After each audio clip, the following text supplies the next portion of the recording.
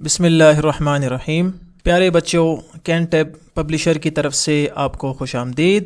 پیارے بچوں، سبق کے دوران جو کتابیں آپ کے پاس ہونی چاہیے ان میں سب سے پہلے اردو کی کتاب آپ کے پاس ہونی چاہیے، اس کے ساتھ اردو کی ورک بک یعنی عملی کتاب، اور کسی مشق میں مدد کے لیے آپ کے پاس ریسورس پیک، اور چھٹیوں کے کام کے لیے سمر پیک بھی آپ کے پاس ہونا چاہیے۔ اردو کی کتاب میں خوش آمدید۔ آج ہم سبق نمبر 6 کا تیسرا حصہ پڑھیں گے اور سبق کا نام ہے محنت۔ سبق کے آغاز سے پہلے آج کے حاصلات تعلم یعنی SLOs کو دیکھتے ہیں۔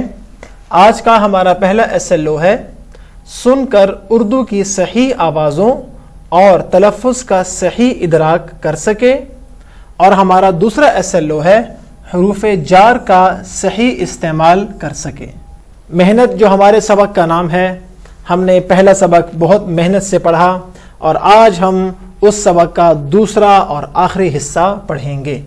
آپ نے یہ تمام اشعار غور سے سننے ہیں، ان کا معنی، ان کا مفہوم اور ان کا مقصد اور تشریح بھی غور سے سننی ہے، اور اس کے بعد جو سوالات یا گھر کا کام دیا جائے گا وہ بھی آپ نے ضرور کرنا ہے۔ تو اپنی کتاب کھولیے اور سبق غور سے سنیے۔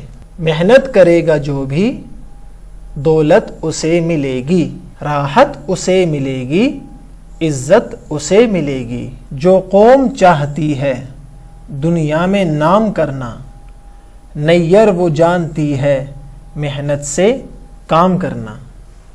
تو آپ نے اشعار سنے، اب ہم چلتے ہیں اور ان اشعار کی تشریح، مفہوم اور مقصد کو جانتے ہیں۔ پہلے شعر میں شاعر نے کہا ہے محنت کرے گا جو بھی دولت اسے ملے گی، راحت اسے ملے گی، عزت اسے ملے گی۔ اس پہلے شعر میں شاعر نے محنت کی وجہ سے ملنے والی 3 نعمتوں کا ذکر کیا ہے، اور یہ کہا ہے کہ جو آدمی بھی محنت کرے گا اسے بدلے میں اور بطور انعام 3 چیزیں ملیں گی۔ نمبر 1 دولت۔ دولت کا مطلب ہے روپیہ، پیسہ وغیرہ وغیرہ۔ دوسری نعمت جو اس کو محنت سے ملے گی وہ ہے راحت۔ راحت کا معنی ہے سکون، آرام۔ اور تیسری نعمت جو محنت کے بل بوتے پر حاصل ہوتی ہے وہ ہے عزت۔ تو آپ نے دیکھا کہ صرف محنت کرنے سے 3 انعامات اور 3 چیزیں انسان کو ملتی ہیں، اور ان 3 چیزوں کا ذکر ہی شاعر نے اس پہلے شعر میں کیا۔ پہلی چیز کون سی ہے؟ دولت، دوسری ہے راحت، اور تیسری ہے عزت۔ اور آخری اور اگلے شعر میں شاعر کہتا ہے جو قوم ترقی کرنا چاہتی ہے اور یہ چاہتی ہے کہ دنیا میں اس کا نام ہو اور دنیا میں لوگ اس کو جانیں اور پہچانیں اور دنیا میں وہ مشہور ہو، ایسی قوموں کا ایک ہی کام ہے محنت سے کام کرنا۔ وہ جانتی ہیں کہ دنیا میں ہمارا نام تبھی ہوگا جب ہم محنت سے کوئی کام کریں گے، یعنی بغیر محنت کے اگر کوئی یہ سمجھتا ہے کہ دنیا میں ہمارا نام ہوگا، ہمارا دبدبہ، ہمارا رعب ہوگا اور ہماری پہچان ہوگی، تو شاعر کہتا ہے کہ ایسا ممکن نہیں ہے۔ جو قوم یہ چاہتی ہے کہ دنیا میں اس کا نام جھومے اور گومے، وہ جانتی ہیں قومیں کہ ایسا صرف محنت ہی سے ممکن ہے، محنت کے بغیر ان کا نام دنیا میں نہیں ہو سکتا۔ اب چلتے ہیں الفاظ اور معانی کی طرف۔ پہلا لفظ ہے نونہال، جس کا معنی ہے چھوٹا بچہ۔ رام کرنا کا معنی ہے راضی کرنا۔ دستکاری کا مطلب ہے ہاتھ سے کیا ہوا کام۔ دست کہتے ہیں ہاتھ کو، جسے آپ دستانہ بھی پہنتے ہیں۔ راحت کا معنی ہے خوشی، سکون، آرام۔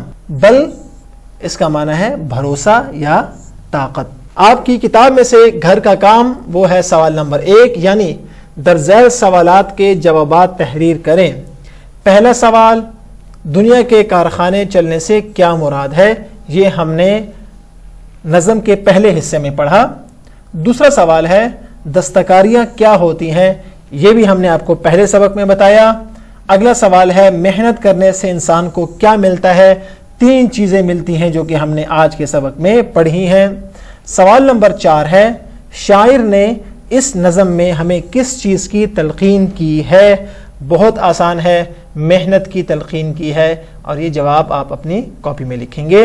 اور سوال نمبر 5 ہے، اس نظم میں شاعر کن لوگوں سے مخاطب ہوئے ہیں؟ اس سوال کا جواب آپ کو پہلے شعر میں مل جائے گا، اور وہیں سے آپ کو معلوم ہوگا کہ شاعر نے کن کو مخاطب کیا ہے۔ اب چلتے ہیں سمر پیک کی جانب اور دیکھتے ہیں وہاں کون سے آسان سوالات ہمارے لیے موجود ہیں۔ ہم نے ہر سوال کے تحت جو 3 جوابات دیے گئے ہیں ان میں سے صرف درست جواب کا انتخاب کرنا ہے۔ لفظ عظیم کا مطلب ہے بڑا، لفظ راحت کے معنی ہے خوشی، لفظ محنت کا مطلب ہے پابندی، آخری سوال درسگاہ کے معنی ہے پڑھنے کی جگہ۔ جوابات تو میں نے آپ کو بتا دیے، آپ نے یہ کرنا ہے کہ اس جواب کا انتخاب کیوں کیا گیا آپ نے ان سطور میں تحریر کرنا ہے جو کہ نیچے دی گئی ہیں، اور اگر آپ کو یہ کام مشکل لگتا ہے تو آپ گھر کے کسی بھی بڑے فرد سے مدد لے سکتے ہیں۔ واپس چلتے ہیں کتاب کی جانب، اور کتاب میں سوال نمبر 4 یعنی نظم محنت سے 5 فعل ڈھونڈ کر ان کے جملے کاپی پر آپ نے بنانے ہیں، یعنی آپ نے محنت نظم کو دوبارہ پڑھنا ہے اور ان میں سے 5 فعل آپ نے تلاش کرنے ہیں، اور صرف فعل تلاش ہی نہیں کرنے بلکہ ان کے جملے بنانے ہیں، اور اچھے اور بامعنی جملے بنا کر اپنے کاپی پر لکھنے ہیں۔ سوال نمبر 5، نظم محنت کی مدد سے شعر مکمل کریں۔ بہت آسان ہے، آپ کے سامنے 2 اشعار لکھے گئے ہیں، اور جو خالی جگہ ہے اس خالی جگہ کو آپ نے پر کرنا ہے۔ کس طرح؟ آپ نے محنت نظم پڑھنی ہے اور جو وہاں لکھا ہوا ہے اس کی مدد سے یہ خالی جگہ آپ نے پر کر دینی ہے۔ اور سوال نمبر 6، محنت میں عظمت کے عنوان پر ایک مضمون لکھیں، مختصر لیکن بامعنی مضمون آپ نے لکھنا ہے جس میں محنت کی عظمت کو بتایا گیا ہو۔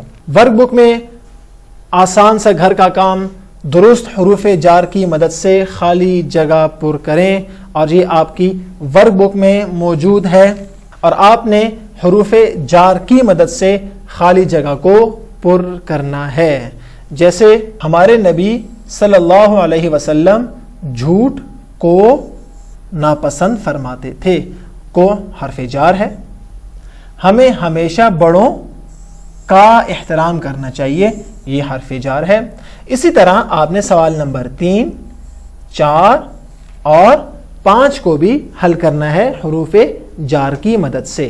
اور آخر میں ورک بک سے پڑھنے کا کام صرف آپ کو کیا کرنا ہے، درج ذیل عبارت کو درست تلفظ کے ساتھ آپ نے پڑھنا ہے اور اپنے والدین کو سنانا ہے، اور اگر والدین یہ سمجھتے ہیں کہ بچے کا تلفظ درست ہے تو یہاں پر والدین اپنے دستخط بھی کر دیں۔